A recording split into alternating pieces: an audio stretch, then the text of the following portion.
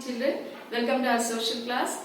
I hope all of you are fine and I hope so you remember me, and still let me introduce myself Bhargavi. I'm your social teacher.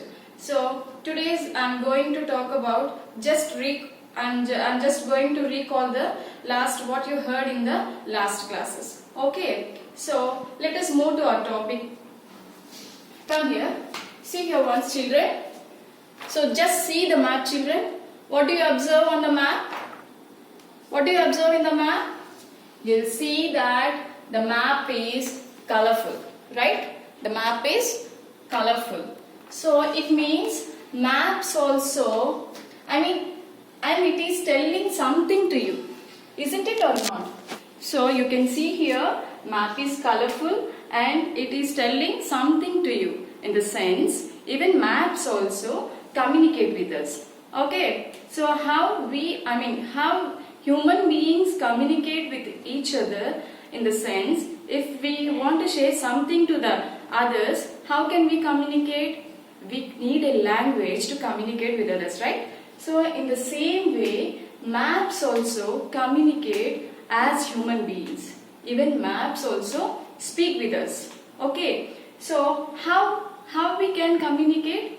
To communicate, we need a language, isn't it? So, to communicate, we have, Telugu, Hindi, Marathi, so like that we have some local languages to communicate, right? Even though maps also have a language to communicate, children. See here once. Okay, maps also have a language to communicate with us. What is the language of map? See here, there are 4 main languages. Okay, there are 4 main languages. Let me remove this. So the map has 4 main languages. The first one, symbols. The signs and symbols. Okay. The second one, scale on the map. Okay, scale on the map. And the third one, colors on the map. Okay, colors on the map. See here.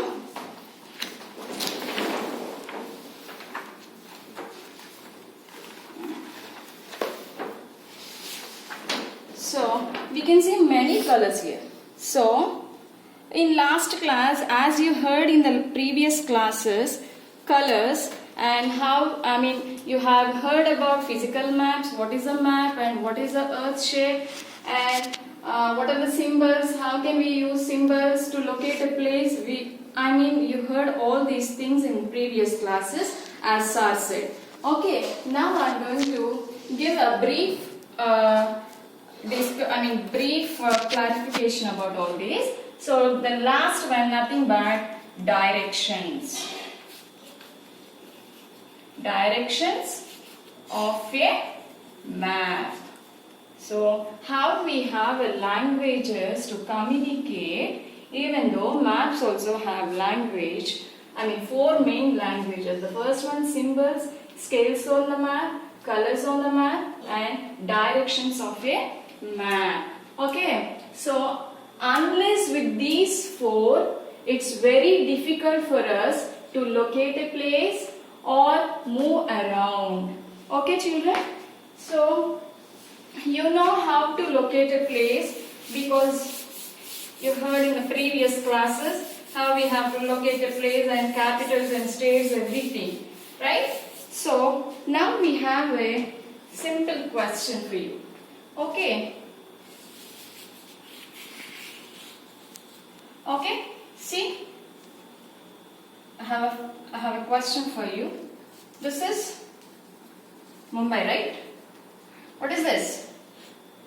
First you need to learn states and capitals. We have already learned in the 6th class what are states and capitals. I hope so you remember. If not, you just try and you just write on the paper and by heart them. Okay, there is no other chance to remember the states and capitals. Okay, this is Bhubaneswar. I think you are able to understand my handwriting, right? Bhubaneswar. This is an example for, see, if you think this is a Mumbai and this is a Bhubaneswar, here is a question for you. Lata went to Bhubaneswar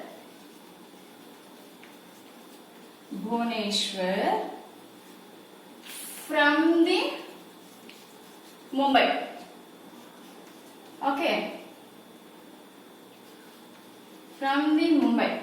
So, Lata went to Bhubaneswar from the Mumbai. So where she travelled from? She travelled from Mumbai to Bhubaneswar. Isn't it? From the Mumbai. Yes, Mumbai to. Here is the question which is in indirect. Okay, I didn't ask you where she went or where she started. So she went to Bhubaneswar from the Mumbai to Bhubaneswar. Okay, so in which direction? So here is a question, in which direction did she travel? In which direction did she travel? So if you know the directions of a map, okay, this is north and this is south and this is west and east. So she traveled from west direction to east direction, right? Yes. So she traveled from Mumbai to Bhubaneswar from west direction to east direction. Understood? So this is a simple example to know the direction. Unless you doesn't know these all states and capitals, you could not understand how the directions will move from one place to another place and you can't identify them. Okay, you just be thorough with the states and capitals so that you can understand very well. Okay, and one more thing here I want to tell you. So come here, zoom this one please. Yes, this is the India's physical map. I think you heard in the what are the physical maps and what are the political maps in the last class. So here I am going to give a small clarification about boundaries. Okay, so just we'll move to our Andhra Pradesh. Okay, can you able to see this? So this is Andhra Pradesh, right? Here. Okay, find the boundary of Andhra Pradesh. See, boundaries in the sense, what are the neighboring states located? So this is the Andhra Pradesh. Okay, what are the boundaries of Andhra Pradesh? You can see neighboring places here. So here are the boundaries, bordered by Andhra Pradesh of Telangana. Okay. And you can see here Karnataka, okay, and you can see Chandigarh, okay, next Odisha, okay. So you can see these all are the boundaries of which are located nearby the border to the Andhra Pradesh. We can call them boundaries of Andhra Pradesh. If you see this is Andhra Pradesh, we have Telangana beside us and Karnataka and Tamil Nadu and Odisha. These are the boundaries of the Andhra Pradesh. In next class I am going to give a little clarification about heights and how can we measure the heights. Okay, so that's all for today, and make sure that whatever you are listening in the videos, you just put on the paper and mention the dates also, so that you can refer easily whenever you got a doubt. Okay, so we will meet in next class. I hope you understand. Okay, thank you children. Bye.